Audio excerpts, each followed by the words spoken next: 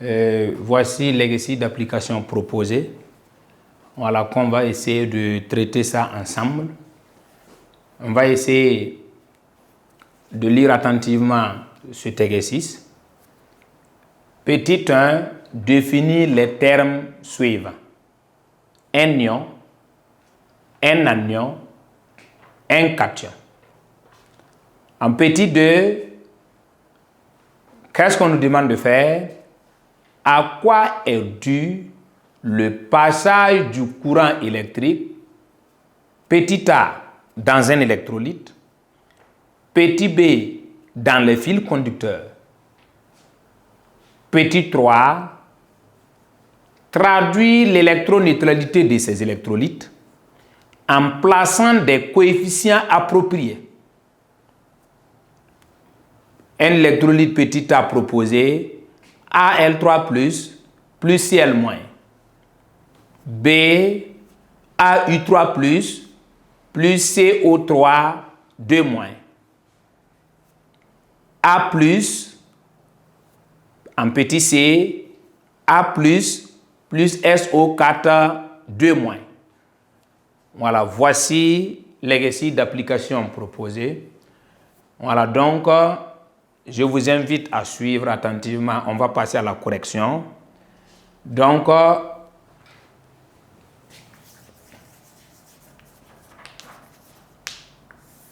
correction. Petit e, et en petit 1, on demande de définir les termes suivants. On demande de définir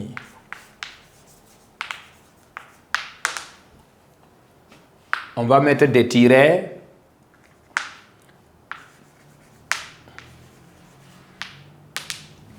Qu'est-ce qu'un ion? Dans le cours, qu'est-ce qu'on vient de dire? Un ion, c'est quoi?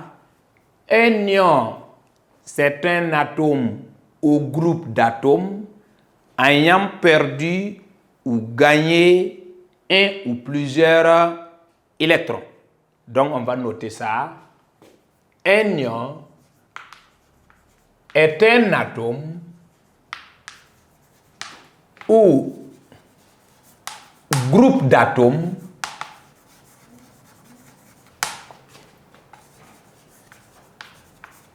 ayant perdu ou gagné un ou plusieurs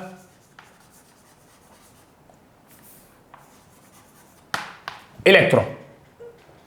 Voilà. Voici ce qu'on peut retenir par rapport à cette définition. Un ion est un atome ou groupe d'atomes ayant perdu un ou plusieurs électrons. Deuxième tiret, nous allons voir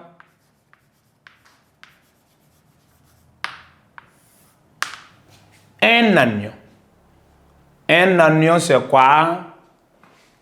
Un anion est un atome ou groupe d'atomes ayant gagné un ou plusieurs électrons.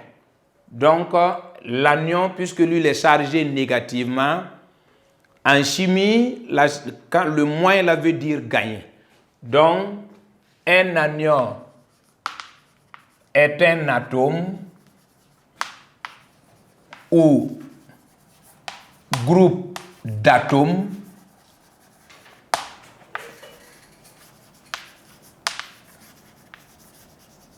ayant gagné un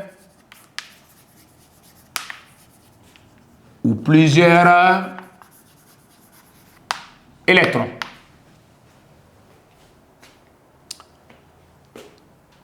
On demande également de définir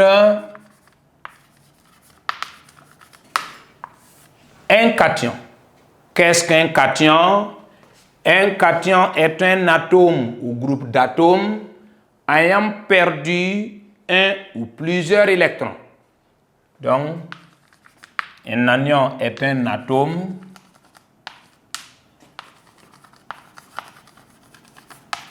ou groupe d'atomes ayant perdu un ou plusieurs électrons.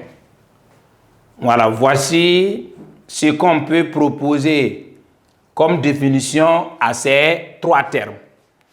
En petit 2, à quoi est dû le passage du courant électrique petit a dans un électrolyte, petit b dans les fils conducteurs? On va essayer de répondre à la question petit a et petit 2 petit a. Oui, le passage du courant électrique dans un électrolyte, c'est dû à quoi? C'est dû à la double migration des ions. Ici, on n'a pas besoin de, si vous dites à la double migration des ions, c'est dû à la migration des ions, c'est largement suffisant. Double migration, ou bien même s'il n'y a pas le mot double, on peut pardonner, il n'y a pas de problème. Voilà, donc ici, qu'est-ce qu'on peut dire?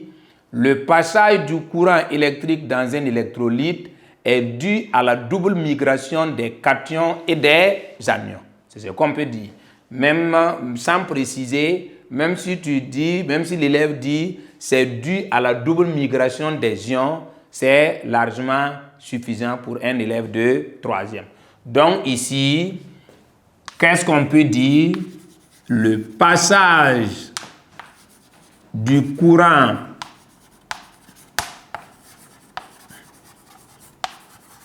électrique dans un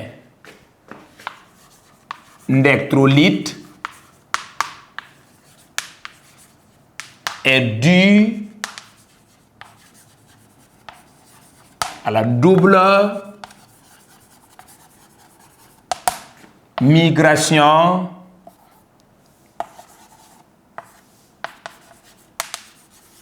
des anions et des cations. En petit b, qu'est-ce qu'on a dit? À quoi est dû le passage du courant électrique dans les fils conducteurs? Qu'est-ce qu'on peut dire par rapport à cette question? On peut dire que le passage du courant électrique dans les fils conducteurs est dû au déplacement des électrons. Donc ici, le passage du courant électrique dans les fils conducteurs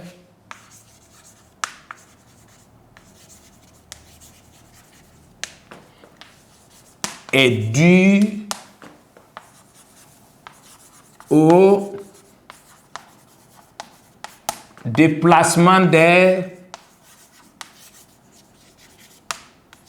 électrons. Voilà, voici en gros ce qu'on peut proposer comme réponse par rapport à la question 2A et 2B. En petit 3, on demande de traduire l'électroneutralité de ces électrolytes en plaçant des coefficients appropriés. On va corriger en même temps l'exercice puisque c'est juste placer des coefficients. Voilà, donc on va répondre directement voilà, au niveau de l'exercice directement. Voilà, donc je vous invite à suivre. Ici, on a AL3 plus AL3 plus CL moins. Il faut qu'on vérifie d'abord, puisque à l'examen, on peut vous demander de placer des coefficients, mais en réalité, on n'a pas besoin de placer puisque la solution là est déjà électriquement neutre. Donc, il faut qu'on vérifie ça d'abord. Voilà, donc on va passer d'abord à la vérification avant de voir si on doit placer des coefficients ou pas. Donc, vérifier consiste à calculer le nombre de charges positives et le nombre de charges négatives. Ici, s'il n'y a rien ici, c'est que c'est 1. Le nombre là, c'est 1. Donc, 1 multiplié par 3, on a 3 charges positives. 1 multiplié par 1, on a une charge négative. Donc, ici, l'électrolyte là n'est pas électriquement neutre. Donc, on va placer maintenant des coefficients. Pour placer des coefficients, qu'est-ce qu'on a dit? On prend le coefficient de la charge multiplié par le coefficient de la charge positive multiplié par l'ion négatif. Donc ici, ça fait 3. On prend le coefficient de la charge négative multiplié par l'ion positif. Donc ici, c'est 1. Le 1 n'est pas écrit.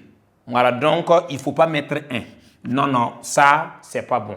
Voilà, donc le 1, on n'écrit pas. Donc ici, 3, 1 fois 3, 3. 3 fois 1, 3. Donc ici, on a autant de charges positives que de charges négatives. Ça veut dire que si tu fais ça, ça veut dire que la solution maintenant est devenue électriquement neutre. En petit b, on vérifie toujours, puisqu'il faut vérifier d'abord pour voir est-ce que la solution là n'est pas électriquement neutre. Ici, en termes de nombre de charges positives, on a 1 fois 3, on a 3 charges positives. Ici, 1 fois 2, on a 2 charges négatives. Donc ici, la solution n'est pas électriquement neutre. On applique la méthode.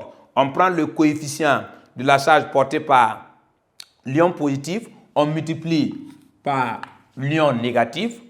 On prend le coefficient de la charge portée par l'ion négatif, multiplié par l'ion positif. Donc ici, on multiplie par 2. Donc ici, on vérifie ensemble. On a 2 fois 3, ça fait 6. 3 fois 2, ça fait 6. Ça veut dire que la solution est devenue électriquement neutre. On continue avec le C. Le C, ici, on a proposé Ag++ SO4 2-. On vérifie pour voir est-ce que la solution est électriquement neutre. On a combien de charges positives? On a une charge positive. Ici, on a 2 charges positives. La solution n'est pas électriquement neutre. On applique la formule. On prend le coefficient de la charge portée par les ions négatifs. On multiplie par le cation, donc 2. Le coefficient porté par le cation, on multiplie par l'anion. Ici, c'est 1. Donc ici, on ne met rien. Donc, ça veut dire qu'on a 2 fois 1, ça donne 2 charges positives. 1 fois 2, on a 2 charges négatives. Voilà, maintenant, par rapport au niveau de la question 3, traduire l'électroneutralité de ces électrolytes en plaçant des coefficients. Voici en petit a. Je vous ai dit qu'il faut d'abord vérifier si la solution est électriquement neutre ou pas avant de passer à placer des coefficients. Donc ici, on constate que c'est 3 charges positives, une charge négative. Donc la méthode, on applique, on prend le coefficient de la charge portée par le cation, on multiplie ici au niveau de l'anion. Et puis on prend le coefficient de l'anion multiplié par le cation. Donc on a 3, le 3 ici, on multiplie ici par 3, 1 ici, on multiplie par 1, mais le 1 là n'est pas, voilà, le 1 n'est pas écrit. Voilà, donc voici en gros ce qu'on peut avoir. Maintenant, il y a d'autres méthodes. Il y a d'autres qui disent qu'ici on a 3, ici on a 1. Oui, comment multiplier, puisque ici ce sont des multiples. Voilà, on doit multiplier par combien pour obtenir ça. Voilà, donc il y a tellement de méthodes. Voilà, c'est à vous maintenant de voir quelle est la méthode, voilà, adaptée pour pouvoir retenir pour toujours. Ici, le B, on a AU3+, et puis CO2-. Ne regardez pas, CO3 2-.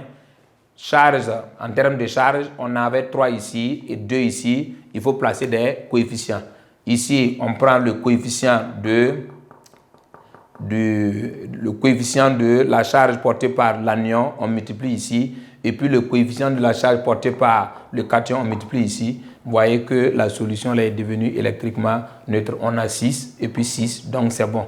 Ici également, qu'est-ce qu'on a? On a 2 charges négatives, 2 charges positives. Si vous voulez, on peut ne pas appliquer la méthode. Si on a 2 ici, on a 1 ici, on multiplie par 2 pour les trouver. 2 ici, 2 ici, et puis c'est bon. Voilà, donc il y a tellement de méthodes. Voilà, voici en gros voilà la proposition de la correction concernant notre exercice d'application.